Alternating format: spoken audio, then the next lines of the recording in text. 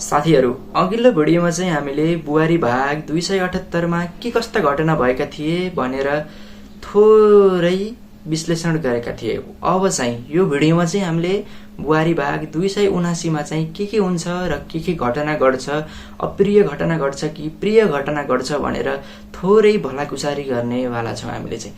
साथीहरु नमस्कार, म विमल। हजुरहरु हेर्दै हुनुहुन्छ विमल पोखरेल 2.0 युट्युब च्यानल।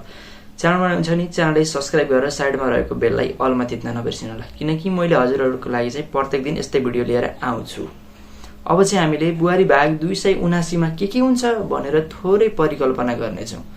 बुहारी भाग 279 मा चाहिँ रामले चाहिँ मुना र कमलालाई ल्याउने प्रबल मात्रामा सम्भावना देखिएको छ, किनकि राम चाहिँ मुना र कमला बिना अधुरो हुन्छन्।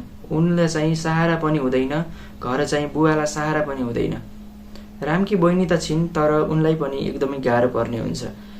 वर्षौंदेखि भाउजू दाइसँग सँगसँगै बस्ने बानी लागेको उनलाई चाहिँ एकदम न्यास्रोपना हुन्छ र उनी पनि भकानिन थालिन्छन्। साथीहरु, राम र मुना र राम र कमलाको जोडीहरूलाई एकै ल्याउन चाहिँ तपाईहरुले के कस्तो प्रक्रिया चाल्न सक्नुहुन्थ्यो यदि तपाईहरु चाहिँ त्यो सिरियलमा चाहिँ लेखन निर्देशन गर्ने व्यक्ति भएको क्रममा चाहिँ कमेन्ट बक्समा आफ्नो धारणा प्रस्तुत गर्नु होला।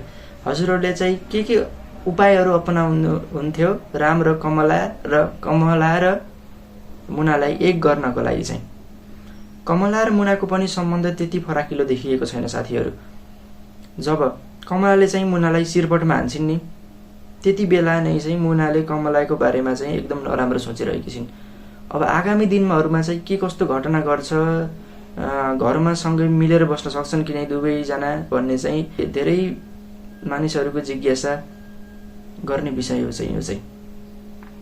साथीहरु, हजुरहरुलाई के लाग्छ, मुना र कमला र राम र मुना र राम र कमला एकैसाथ मिलेर बस्न सक्छन् त? अब चाहिँ मलाई चाहिँ सक्छन् जस्तो लाग्छ, किनकि साथीहरु चाहिँ उनीहरु विगतका दिनहरुमा पनि सँगसँगै मिलेर बसेका थिए, सँगसँगै खान्थे, जे कुरा पनि सँगसँगै गर्थे साथीहरु। रामलाल चाहिँ एकदम उनको जीवनमा वज्रपात आएको छ। यस्तो एकैचोटी दुवै आफ्नो प्राणप्रियहरूले चाहिँ छाडेर जाँदा चाहिँ उनलाई एकदम न्यास्रोपना भएको छ। के गर्ने साथीहरु, हामीले चाहिँ केही गर्न सकिन्न, हामीले चाहिँ हेर्दै चित्त बुझाउने हो साथीहरु।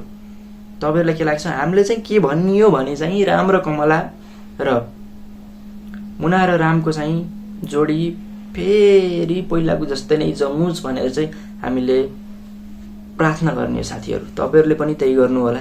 अवश्य नै राम र कमला र मुना र रामको जोडी चाहिँ फेरि पनि जम्नेछ र फेरि पनि हामीले पहिलाको जस्तै नै परिवारलाई एकैसाथ देख्न पाउनेछौं भन्ने चाहिँ मलाई लागेको छ। ल साथीहरु, आजको भिडियो चाहिँ म यही अन्त्य गर्न चाहन्छु। च्यानलमा नयाँ छ भने च्यानललाई सब्स्क्राइब गरेर साइडमा बेल आइकनलाई अलमा थिच्न नबिर्सिनु होला, किनकि हजुरहरुले सब्स्क्राइब गर्नुभएको छ भने मेरो च्यानललाई तपाईहरुलाई चाहिँ छिटै नै मेरो भिडियो देखा पर्ने हुन्छ र तपाईहरुले चाहिँ क्लिक गरेर चाहिँ मेरो भिडियो हेर्न सक्नुहुन्छ र जानकारी प्राप्त गर्न सक्नुहुन्छ। अहिलेको भिडियोलाई चाहिँ म विमल पोखरेलले यही बिदा हुन चाहन्छु। फेरि भेटौँला अर्को भिडियोमा। त्यति बेरको लागि चाहिँ मेरो च्यानललाई सब्स्क्राइब हान्न नबिर्सिनु होला है। फेरि सब्स्क्राइब चाहिँ हान्न पर्यो।